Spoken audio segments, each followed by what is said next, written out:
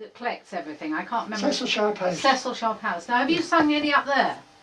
Did you? Well, when I went and got my gold badge for Morris dancing, yes. naturally I had to sing a song. Yes. I don't know which one I sang, but I sang a song. The gold badge of the English Folk Dancer Song Society is awarded for distinguished and unique contributions to the folk performing arts.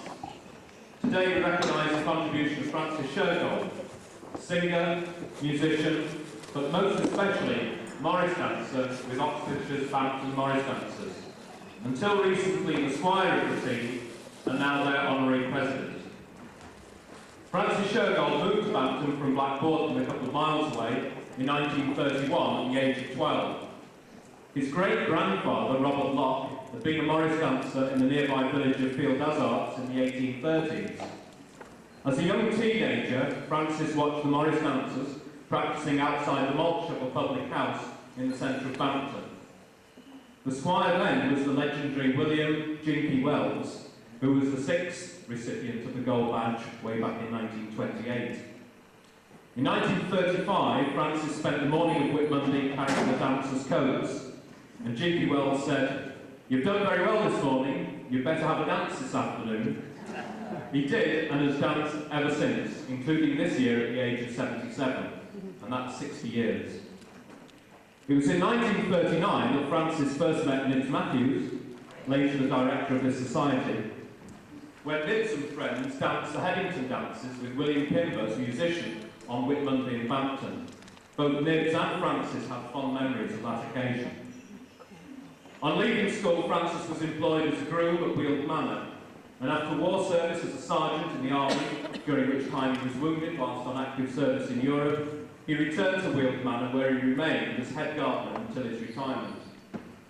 In 1949, Francis Shergold became squire of the Morris dancers when Jinky Wells retired. Francis continued as squire for 45 years, announcing his retirement at the team's Christmas party in 1995. Over the years, Francis has led his team of dancers at performances all over the country, including the Royal Albert Hall, the Purcell Rooms, and the Royal Festival Hall in London, and at festivals from Cornwall to Ireland, including Sidmouth, Loughborough, Dartmoor and Weybridge. In addition to his role as squire, Francis has also acted as secretary, musician, dance teacher, master of ceremonies and enthusiast. Francis has always been regarded as an excellent dancer, taking his inspiration from the late Fred Pettifer. As Francis says, a good dancer must above all have a good sense of rhythm. He must also be able to show off just a little bit and enjoy the crowd. He's dancing for the public and to enjoy their reaction. Francis Shergold is without doubt a natural leader. He's always been keen to develop everybody's potential and has been able to maintain the interest of the younger dancers when other attractions have tempted them away from the dancing. He's displayed patience when teaching the new dancers and has encouraged nearly all of the younger dancers to perform jigs. Needless to say, Francis was regarded as an excellent jig dancer, often with his brother Roy. Francis's encouragement has not been confined to the dancing. Visitors to Bampton on the spring bank holiday are made very welcome, as long as they respect the town and its traditions. And singers and musicians are invited to contribute to what has become a weekend of festivities. For Francis, the occasion for dancing, and the dancing itself, must be for the enjoyment of all concerned. Morris dancing in Bampton is very much a family occasion. Francis's mother helped with the costumes for the dancers. His brother Roy was, and occasionally still is, a dancer and fool for the team. His sister Ruth Wheeler and her husband Cyril are enthusiastic supporters, and his nephew Jamie Wheeler is now the team's principal musician. Francis's distinguished contribution could not have been possible without the support of his wife Anne. Francis Shergold is also involved in other aspects of Bampton life, especially as a bell ringer in one of the most beautiful parish churches in Oxfordshire. In recent years, Francis has enjoyed considerable pleasure from seeing his nephew Jamie develop as a musician.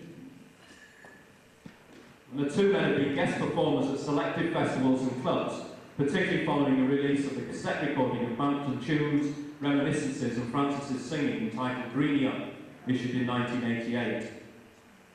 Visitors to Bampton on spring bank holiday cannot fail to notice that there are currently 3 teams of dancers in Bampton. Whatever the differences of the past, the three teams now enjoy harmonious relations, which Francis is keen to see develop, and indeed representatives of the other dancers are here for the presentation this evening. When Francis retired as squire, he handed over an extremely strong team with over 20 dancers and musicians, the youngest still at primary school. The contrast with the late 1950s, when Francis almost single-handedly kept his team going with only 4 dancers, and when there was little interest in the dancing in Bampton itself, is obvious. The credit for building up the team to its present position of strength lies with Francis Shergold. The singer Bob Davenport, who's also here this evening, once told Martin Carthy, "If you want to know about English music, you have to go and see English people dance, so go to Bampton." Thanks to Francis Shergold's commitment to and enthusiasm for the Bampton Morris tradition, we can continue to enjoy the dancing and gain that insight into English music and dance.